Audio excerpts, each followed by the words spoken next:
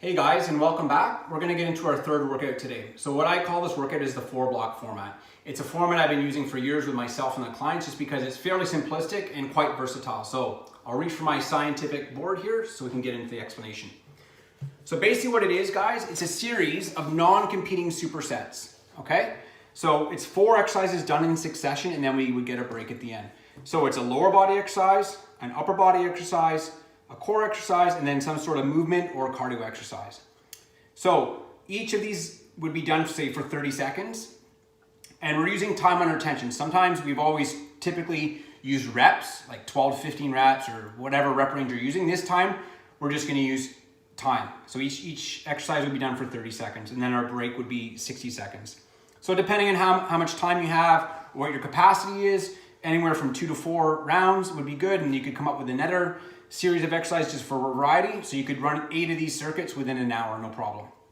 So how could we progressively overload this, right? If we wanted to challenge ourselves and make things harder, well, the thing is only picking one variable at a time, and I'll explain the variables.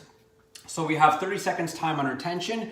So say we were going week to week. Week 1, we could keep everything the way it is. Week number 2, let's just play around with the time under tension. So instead of 30 seconds, week number 2, we would do 35 seconds. Week number 3, 40 seconds. And our peak week, week number 4, we could go up as high as 45 seconds. Okay. The other way you could do it is, let's say, keep everything the same, keep everything at 30 seconds, and let's just play around with our rest period now. So instead of 60 seconds rest, let's just shave even 10 seconds off, 50 seconds, and then 40 seconds, and so forth.